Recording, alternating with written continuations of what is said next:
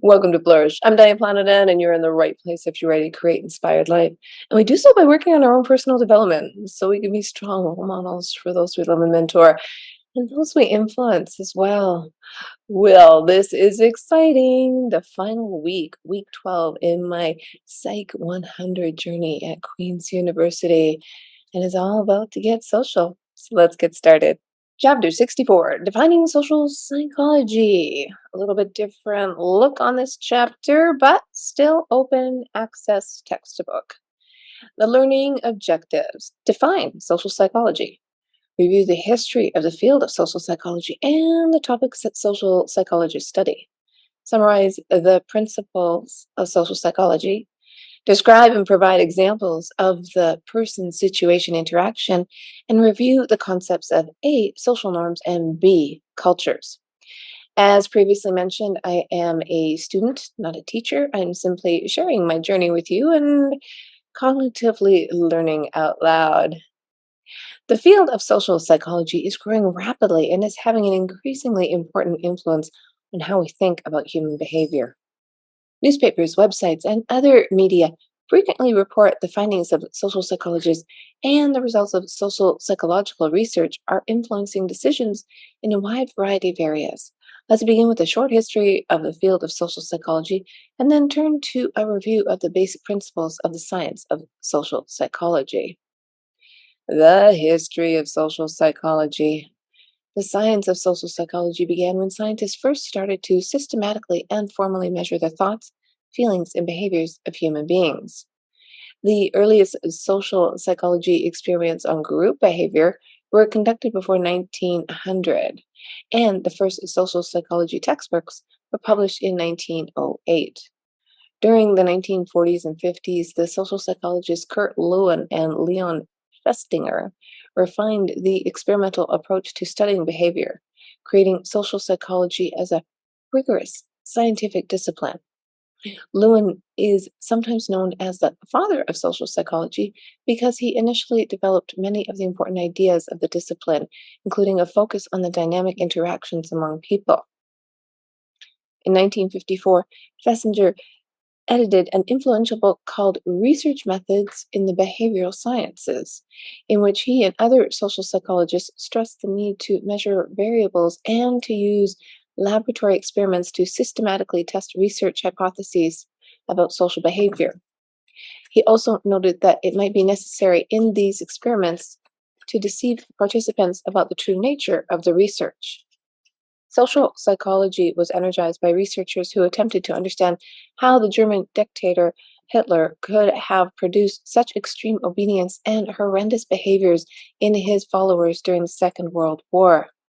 The studies on conformity conducted by Muzaffar Sharif and Solomon Asch, as well as those on obedience by Stanley Milgram, showed the importance on conformity pressures in social groups and how people in authority could create obedience, even to the extent of leading people to cause severe harm to others. Philip Zimbardo, in his well-known prison experiment, found that ordinary male college students who were recruited to play the roles of guards and prisoners in a simulated prison became so involved in their assignments and their interactions became so violent that the study had to be terminated. This research again demonstrated the power of the social setting. And they have a video clip here that I am not going to include in the show notes because it's age restricted on YouTube, and that means it's probably pretty violent. The Stanford prison experiment conducted by Philip Zimbardo in the 1960s demonstrated the powerful role of the social situation on human behavior. Social psychology quickly expanded to other topics.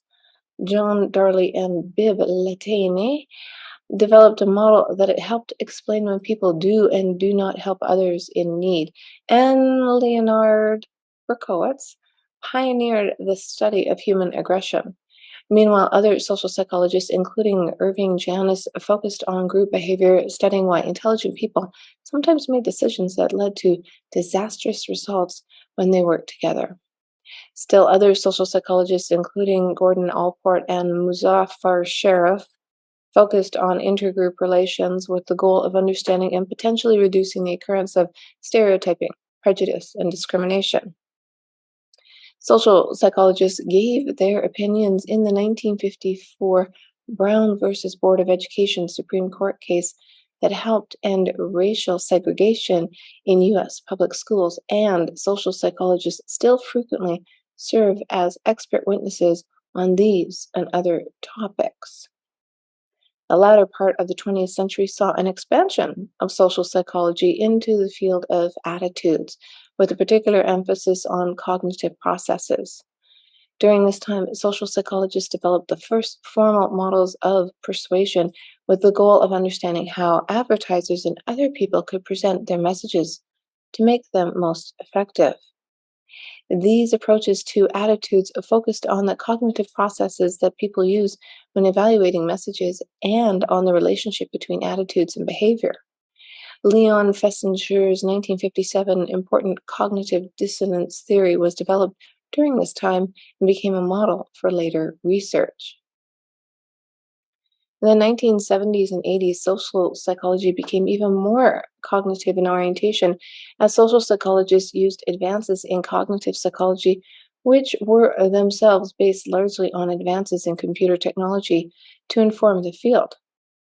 The focus of these researchers, including Alice Eagley, Susan Fiske, E. Torrey Higgins, Richard Nisbet, Lee Ross, Shirley Taylor, and many others, was on social cognition.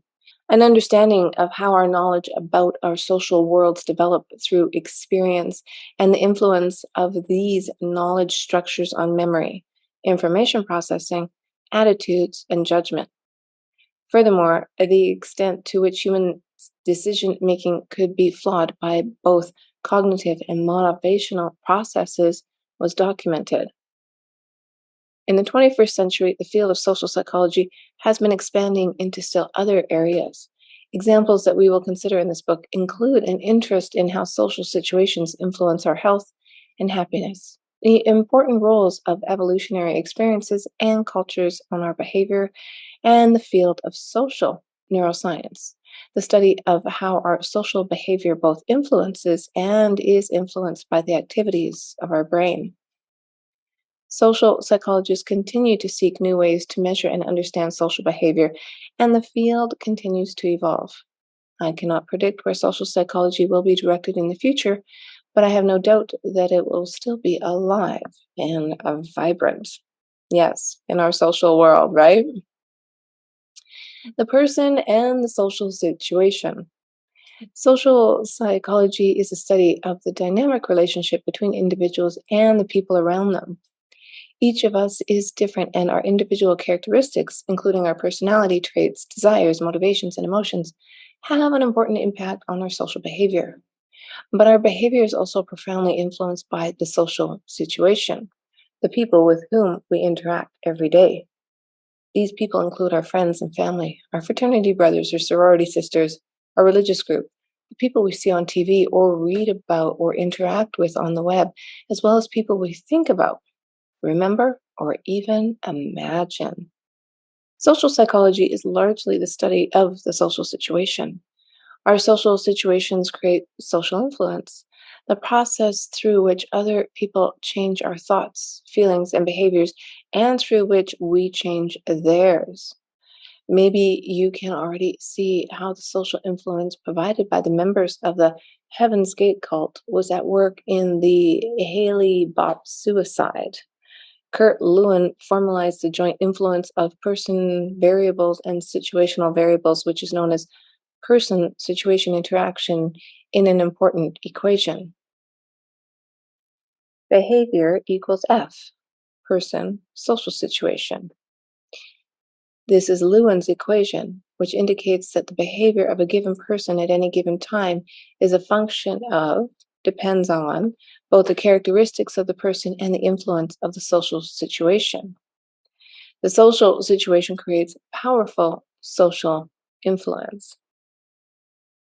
When people are asked to indicate the things that they value the most, they usually mention their social situation, that is, their relationship with other people. When we work together on a class project, volunteer at a homeless shelter, or serve on a jury in a courtroom trial, we count on others to work with us to get the job done. We develop social bonds with those people, and we expect that they will come through to help us meet our goals. The importance of others shows up in every aspect of our lives. Other people teach us what we should and shouldn't do, what we should and shouldn't think, and even what we should and shouldn't like and dislike. In addition to the people with whom we are currently interacting, we're influenced by people who are not physically present, but who are nevertheless part of our thoughts and feelings. Imagine that you are driving home on a deserted country road late at night. No cars are visible in any direction, and you can see for miles. You come to a stop sign. What do you do? Most likely, you stop at the sign, or at least slow down. You do so because the behavior has been internalized. Even though no one is there to watch you, others are still influencing you. You've learned about the rules and laws of society, what's right and what's wrong, and you tend to obey them. We carry our own personal situations, our experiences with our parents, teachers, leaders, authorities, and friends around with us every day. An important principle of social psychology is that although individuals' characteristics do matter, the social situation is often a stronger determinant of behavior than is personality. When social psychologists analyze an event such as a cult suicide, they are likely to focus more on the characteristics of the situation.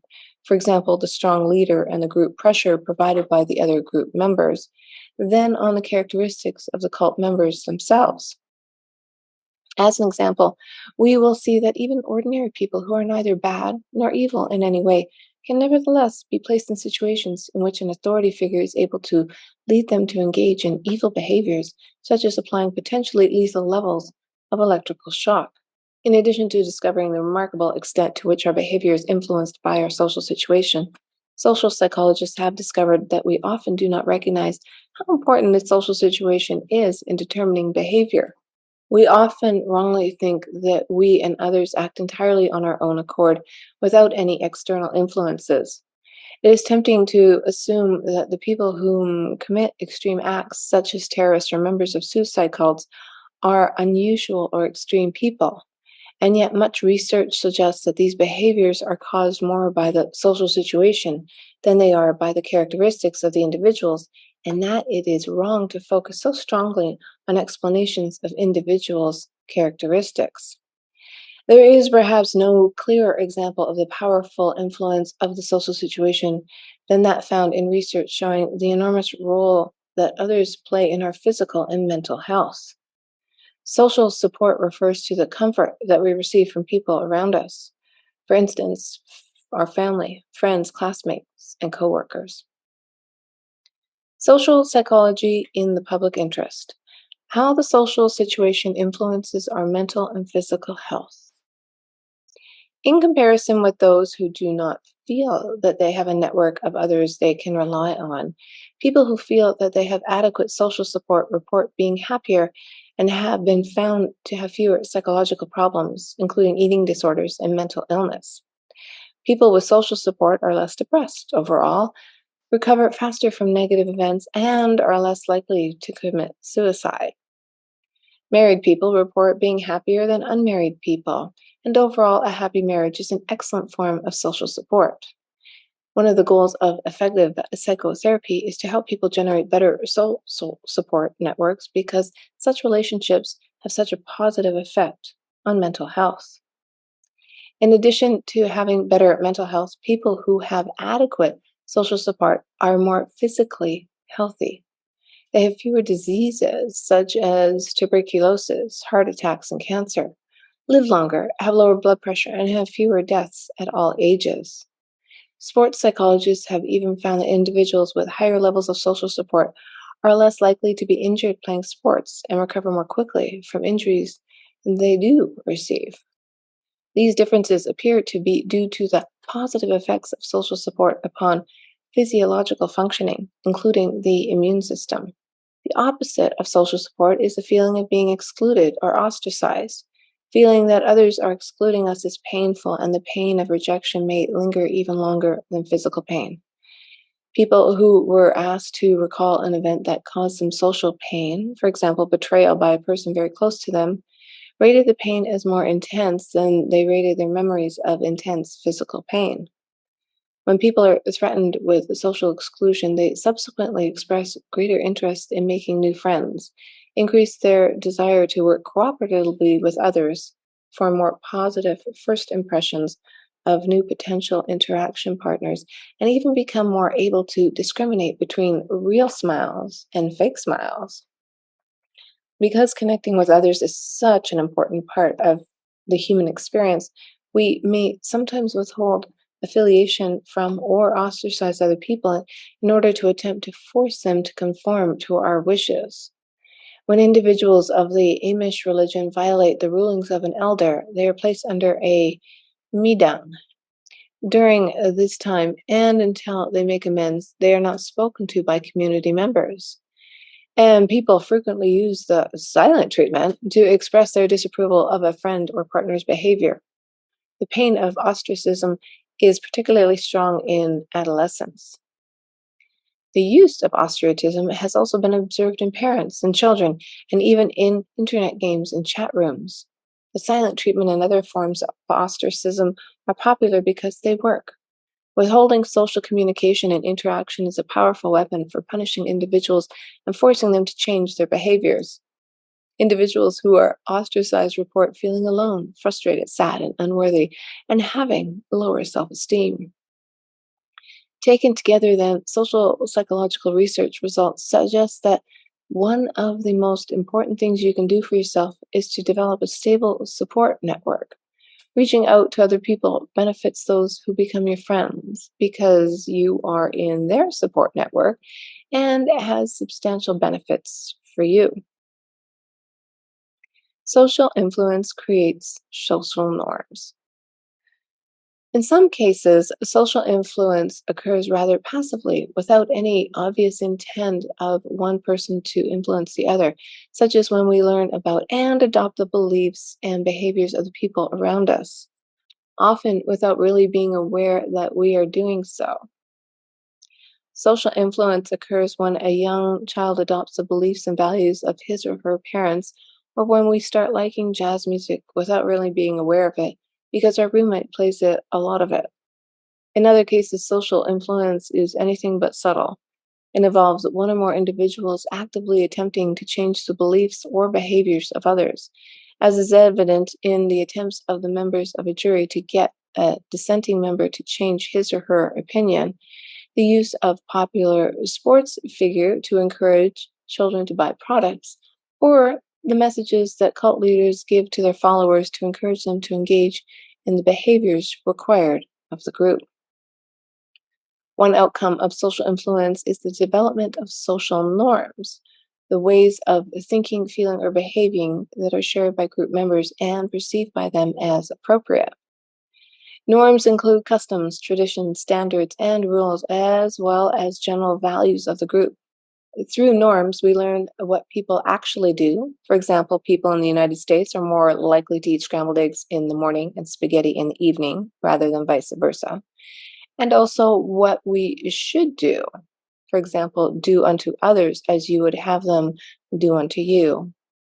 And shouldn't do. For example, do not make racist jokes. There are norms about almost every possible social behavior, and these norms have a big influence on our actions. Different cultures have different norms. The social norms that guide our everyday behaviors and that create social influence derive in large part from our culture. A culture represents a group of people, normally living within a given geographical region, who share a common set of social norms, including religious and family values and moral beliefs. The culture in which we live affects our thoughts, feelings, and behaviors through teaching, imitation, and other forms of social transmission. It is not inappropriate to say that our culture defines our lives just as much as our evolutionary experience does. Cultures differ in terms of the particular norms that they find important and that guide the behavior of the group members. Social psychologists have found that there is fundamental difference in social norms between Western cultures including the United States, Canada, Western Europe, Australia, and New Zealand, and East Asian cultures, including China, Japan, Taiwan, Korea, India, and Southeast Asia. Norms in Western cultures are primarily oriented toward individualism. Cultural norms common in Western societies that focus primarily on self enhancement and independence. Children in Western cultures are taught to develop and value a sense of their personal self and to see themselves as largely separate from the group around them. Children in Western cultures feel special about themselves. They enjoy getting gold stars on their projects and the best grade in the class. Adults in Western cultures are oriented toward promoting their own individual success, frequently in comparison with or even at the expense of others. When asked to describe themselves, individuals in Western cultures generally tend to indicate that they like to do their own thing, prefer to live their lives independently, and base their happiness and self worth upon their own personal achievements. In short, in Western cultures, the emphasis is on self concern. Norms in the East Asian cultures, on the other hand, are more focused on other concerns. These norms indicate that people should be more fundamentally connected with others and thus are more oriented toward interdependence or collectivism. In East Asian cultures, children are taught to focus on developing harmonious social relationships with others, and the predominant norms relate to group togetherness, connectedness, and duty and responsibility to one's family. The members of East Asian cultures, when asked to describe themselves, indicate that they are particularly concerned about the interests of others, including their close friends and their colleagues. As one example of these cultural differences, research conducted by Kitayama and his colleagues found that East Asians were more likely than Westerners to experience happiness as a result of their connections with other people, whereas Westerners were more likely to experience happiness as a result of their own personal accomplishment. People from Western cultures are, on average, more individualistic than people from Eastern cultures, who are, on average, more collectivistic. Other researchers have studied other cultural differences, such as variations in orientations toward time. Some cultures are more concerned with arriving and departing according to a fixed schedule, whereas others consider time in a more flexible manner. Levine and colleagues in 1999 found that the pace of life, as assessed by average walking speed in downtown locations and the speed of which postal clerks completed a simple request, was fastest in Western countries, but also including Japan, and slowest in economically undeveloped countries. It has also been argued that there are differences in the extent to which people in different cultures are bound by social norms and customs rather than being free to express their own individuality without regard to considering social norms.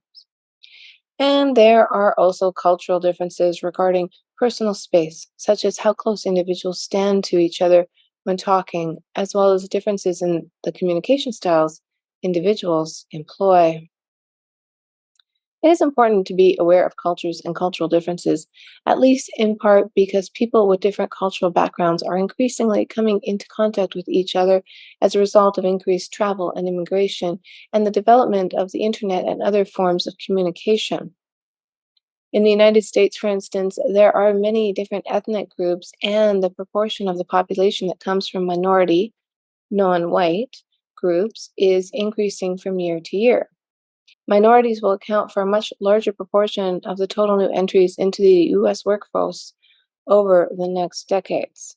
In fact, minorities, which are now roughly 1/3 of the U.S. population, are expected to become the majority by 2042, and the United States is expected to be 54% minority by 2050. By 2023, more than half of all children will be minorities, according to the U.S. Census Bureau. These changes will result in considerable growth in cultural diversity in the United States, and although this will create the potential for useful cooperation and productive interaction, it may also produce unwanted social conflict. Being aware of cultural differences and considering their influence on how we behave toward others is an important part of a basic understanding of social psychology and a topic we will return to in a later chapter. Social psychology, more than common sense. The science of social psychology addresses many phenomena that we see in everyday life. Sometimes this leads to the false belief that social psychological research is really just common sense. There is a video link here from Dr. David Hauser of Queen's University who explores this false belief, and I will link it in the show notes. Key takeaways from this chapter.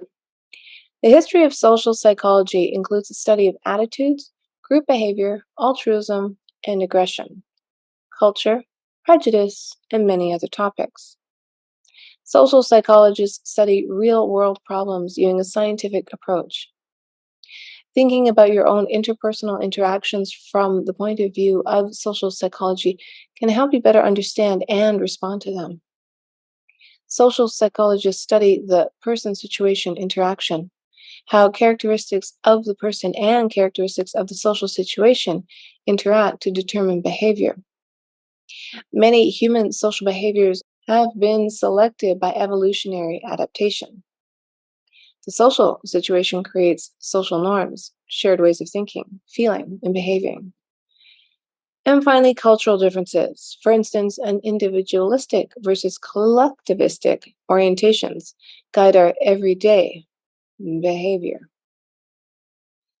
Well, that was really fascinating. As our world becomes more interconnected and more social, we're going to have to learn and understand how our differences can coincide socially. It's a little bit different online when you're interacting on social media than in person because there's a lot of cultural differences, traditions, and neither is wrong. So we see how that dynamic will evolve over time because we need to help each other, learn from each other. We're all part of the same human world being, aren't we? Right? We're all in this together. And it's just the world's getting smaller. So we need to stay strong. We need to gather together. We need to be social for our own mental health. And it will lead you to live a more inspired life.